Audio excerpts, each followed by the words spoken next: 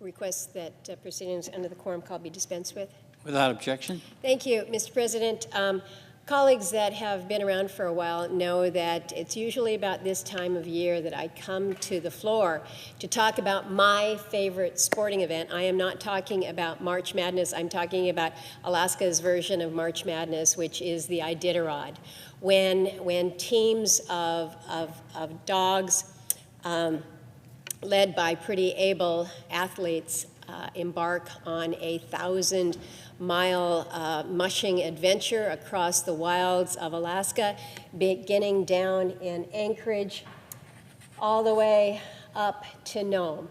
This year, it's not quite 1,000 miles. It's 998 miles as they took the southern route, which they try to alternate during different years. But it has been an adventure for the 33 teams that ventured out just last Sunday.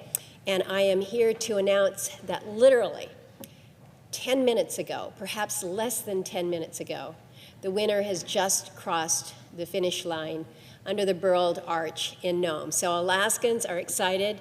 The Iditarod website has crashed because everybody was checking in to see if Ryan Reddington had made it across. And I'm here to announce that Ryan Reddington is the winner of the 51st Iditarod race in Alaska.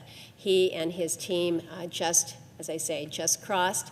He has been in the lead for the past several days, but we're really quite excited about his win, and I'm looking forward to being able to give a call myself to congratulate him. But I know that right now his family, his friends, everyone who is there in Nome to greet them after this 8-day journey is really quite excited. So he's probably not going to be answering his phone just yet. The Iditarod is really an extraordinary event. It's an experience like no other. And when they say it takes a village, it really takes a village. All of these little checkpoints along the way, some of them are communities, some of them are literally nothing more than a cabin. So it is an opportunity for the musher and their teams to be checking in, being checked out by the volunteer veterinarians that are along the way, refuel in the sense of feeding their dogs, resting their dogs, getting a little food for themselves, but then traveling on. Think about what it means to drive a dog team for 1,000 miles over this period of time and over terrain like this. Mr. President, you're from a northern state. You appreciate snow. We're not afraid of a little weather. But what these mushers and their teams have been through has been pretty amazing. I was there at the ceremonial start last week. It was 0 in Anchorage. It was a pretty great day to be a dog because it was nice and cool. Temperatures increased along the way. They encountered everything from drizzle to rain to mud, then to deep snow, then to freezing cold, then to gale winds. Bumps along the way. It is a grueling test for all of these teams. But as we look to what comes together to put on a race like this, it is something that Alaskans take great pride. Volunteer efforts. This is fueled by volunteers. Whether it's the Iditarod Air Force, whether it's the veterinarians that come to volunteer. There's going to be a mushers banquet up in Nome where people come from all over the country to come and volunteer to serve dinner, clean up after dinner. I met a group a couple years ago. They were from somewhere in Florida. I didn't know the name of the community, but they said that they took vacation every year to come to Alaska, to come to Nome, and their job was dinner rolls. They take a week vacation to go to Nome, Alaska from Florida to be there, to be part of this extraordinary event. So let me tell you a little bit about Ryan Reddington and this race that he has just finished. So we're still looking at the exact number of minutes, but he has been on the trail now for 8 days, 21 hours, and again, trying to figure out what the minutes are. This is his first ever victory. Ryan is 40 years old, but Ryan has a stake in this race, perhaps unlike any other young musher out there. He is a legacy musher, to put it in a sense. He was born and raised in Knik, Alaska. On his mom's side, his great-grandfather was an Inupiat who delivered the mail from Unalakleet to other villages by dog sled. That was how we utilized dog teams back then. Ryan comes from a family of mushers. His brother and his sister-in-law have competed in sled dog races. His father and his uncle have both raced in the Iditarod. They are, not only did they compete, but they're in the Iditarod Hall of Fame. His daughter and son are taking up the tradition by carrying on taking on racing. On his dad's side, it's his grandfather, Joe Reddington Sr., who is the founder. We call him the father of the Iditarod. He's raced that race. Joe Reddington Sr. has raced that race 20 times, almost 20 times. When he crossed the finish line for his last race in 1997, he was 80 years old. 80 years old. Can you imagine being 80 years old and running 1,000 miles, standing on the runners, running with your dogs? The Iditarod is not for the faint of heart. And so it's just an example here to say that mushing really runs in Ryan's blood. He has, in addition to competing in the Iditarod, he's competed in numerous races across Alaska and the lower 48. He was the prior champion of the junior Iditarod. He was named Iditarod's most improved musher back in 2017. He's the 2019 and 2021 champion of the Kobuk 440 in Kotzebue. So, including this race, Ryan has finished the Iditarod now 9 times. 9 times. He came in 7th in 2021, and then last year had his 3rd consecutive top 10 finish. He placed 9th. So this is a guy who has given his all, along with his incredible canine athletes, to be where he is today, number 1. We are just so excited and so thrilled for him, particularly given the family legacy surrounding the Iditarod. Ryan is the first Inupiaq Iditarod champion since 2011. And it's interesting, Mr. President, I don't want to jinx things, but if you look, this is our reader board that we have outside my office over in the Hart Building. And every day this week, we've been kind of following the mushers up the trail so that people would know who's in the lead. And these are today's standings. Ryan, of course, in first. But he's followed by Pete Kaiser. Pete is from Bethel, and Pete is Yupik. Richie Deal. Richie is from Aniak and Alaska Native. So if the places hold, it will be quite a strong and telling statement that our top 3 mushers would be Alaska Natives. Dog mushing has been a part of life and culture for Alaska Native peoples long before the Iditarod, but it is an ongoing reminder, I think a really beautiful reminder of how men and women and really incredible dogs can work together in some pretty extraordinary winter conditions, connecting communities, connecting people. Ryan is an inspiration to so many of us, inspiring Alaskans and future generations of mushers for how he cares for his team, for the character that he has shown as he has competed. And so to Ryan, I'm going to have an opportunity to speak with you directly, but you need to know that you represent the true spirit of Alaska. You make us all so very proud, and we certainly congratulate you as the 2023 Iditarod champion. So, Mr. President, as I am here on the floor today and speaking of great news for Alaskans, I cannot yield the floor without noting the significance of the news yesterday. Yesterday, a record of decision was announced by the Obama administration, announcing that the Willow Project in the National Petroleum Reserve, Alaska, has been approved, and that ConocoPhillips, the producer, will be allowed to advance under what is now a modified alternative that will allow for 3 pads of drilling activity in the National Petroleum Reserve. This is significant for Alaska. From a jobs perspective, this is going to be about 2,500 jobs to a state that desperately needs that. This will be revenue and income to a state that desperately needs that. Our economy is still suffering in a post-pandemic world.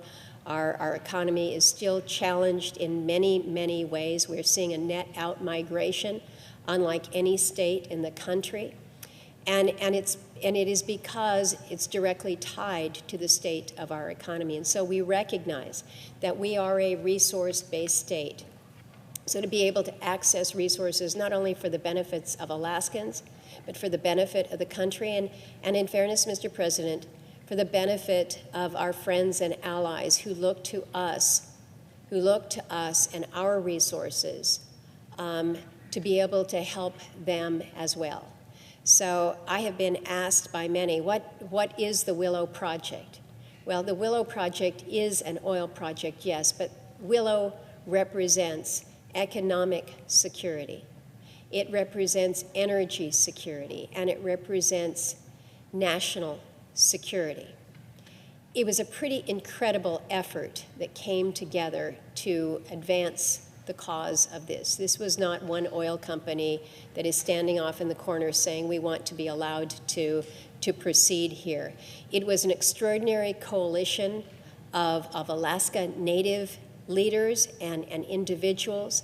It was an extraordinary coalition of labor leaders, not only in the state. 100% of the labor unions in Alaska support advancing Willow, backed by their national unions back here, because they know that these will be good paying jobs, these will be solid union jobs, these will be jobs for the future.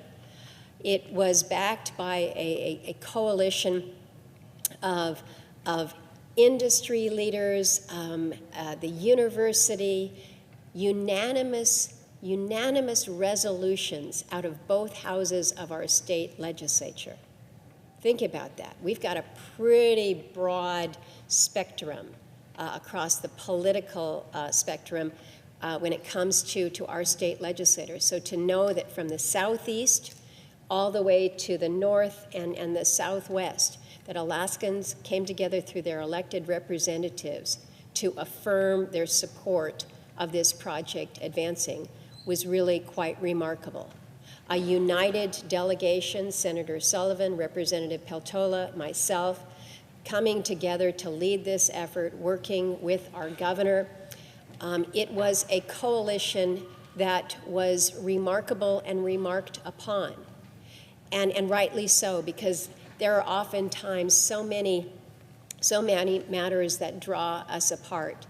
And there are opposing voices to this in Alaska. We understand that. But I think it was so important that the voices of Alaskans, particularly those who live and work and raise their families in the North Slope, that those voices were heard.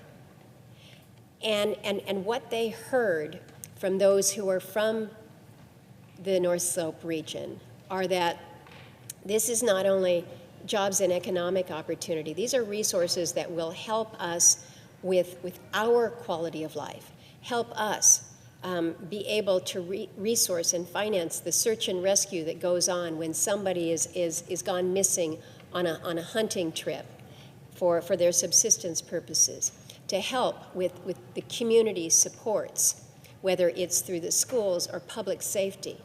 The North Slope Borough is very unique in how they provide for all of their services for their residents in their 8 communities across that huge borough that stretches all the way across the entire North Slope of the state.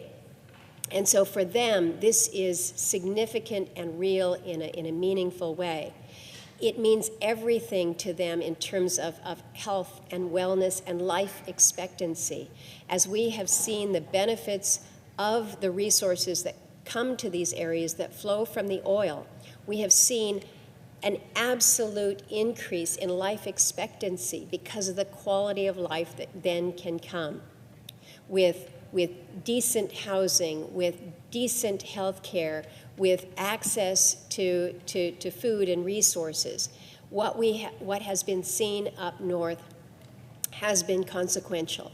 And so this was an issue that when presented to the administration, when the Alaskan voices were allowed to be heard, the administration listened, and I thank them for that. I thank them for allowing those voices to be heard. I also recognize that in addition to allowing Willow to advance, the administration is proposing to submit rulemaking in a period of time, maybe within a matter of weeks, maybe a matter of months, that would provide for special protections, further special protections within the NPRA. There is much to be seen about what these entails, what these protections will entail, whether it will allow for any level of activity, whether it be crossings in any way, pipeline or road in any way. There is much to be learned. The administration has sent that signal that in order to advance the oil production opportunities within the Willow footprint, that vastly reduced footprint, that they want to add additional protections in several different areas. We will evaluate that. We will take a look critically. There is a process that will follow. We understand that. But I think for today and where we are in recognizing the value that Willow will bring to Alaska, that Willow will bring to our country, it's important to applaud the actions of the administration and the president in advancing this. At peak production, Willow is expected to bring online about 180,000 barrels of oil a day. That's significant, Mr. President.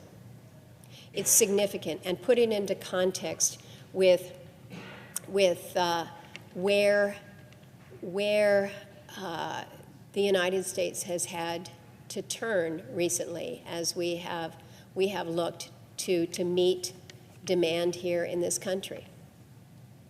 The ask, the willingness to go to Venezuela, to lift sanctions, to ask for more production out of Venezuela.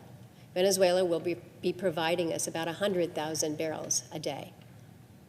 Think about where we would be if Alaska's Willow opportunity were already online. We would not have had to go to Maduro.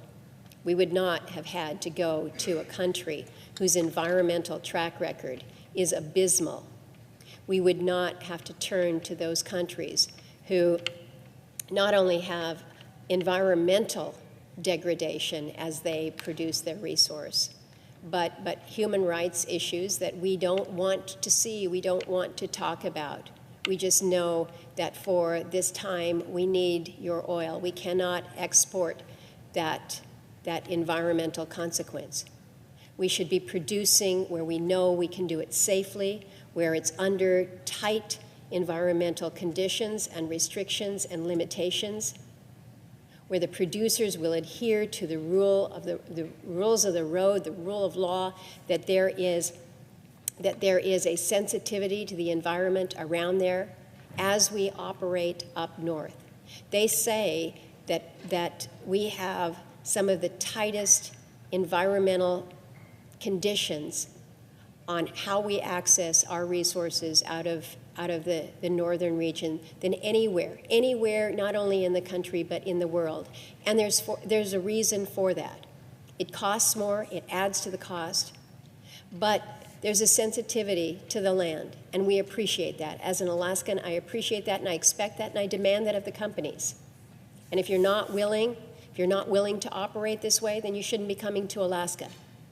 But companies that are willing to respect the fact that when the tundra is no longer frozen, there's no exploration activity. There is no work that proceeds in that way off of the tundra. So in Alaska, our season, if you will, is 90 days. It's 90 days, and it's not 90 days in the good weather. It's between basically January and April, the coldest, darkest, harshest time that anyone could be up on the North Slope, much less being outside and working. But that's how we do it, because that's when the ground is frozen. That's when we have that license to operate, if you will, and we respect that. And it's not when the companies decide we're done with this aspect of the program. When things start to warm up and start to thaw, that's when you are gone. And you are gone because the state regulators and the federal regulators have said, clock's up. You don't have extra additional days because spring is coming. And so think about that. Any other business in the world, can you think about having just a 90-day window of operation? We do a fair amount of that in Alaska because, quite honestly, our seafood industry is certainly that way out in Bristol Bay. We do have a lot of seasonal activity, but think about what that means if you're trying to build a project and you have to stop after 90 days. Think about what it means to design a project around sensitive areas that may have wildlife or waterfowl that we need to be sensitive to. Well, that's what we do. This project, this Willow Project that was sent back for revision was to make sure that the impact on subsistence hunting, the impact on the animals was not going to be appreciable. And so there is a sensitivity. We get it. We get it. The people who live up there are the first stewards of the land, and they get it. And so when you have whaling captains who are standing shoulder to shoulder with the Alaska delegation out there, out in front of the Capitol, standing there saying that we need Willow. We need Willow for our economy. We need Willow for our people. And we will make sure that the subsistence needs of those who live in the area are met. We will make sure that the environmental considerations are met. So we are ready. We are ready to proceed. And as I stand here, I'm regretful that I think the next phase of this is not necessarily going to be movement towards gaining production. It's going to be movement towards the courts, because that's just what seems to happen in every development project in my incredible state. But we are prepared for that as well. We are prepared for that as well because This project is environmentally sound, it is just, it is fair, it is balanced, and it is time. So, again, I stand here appreciative that the administration has heard the voice of Alaskans. Now let's get to work. With that, Mr. President, I yield the floor.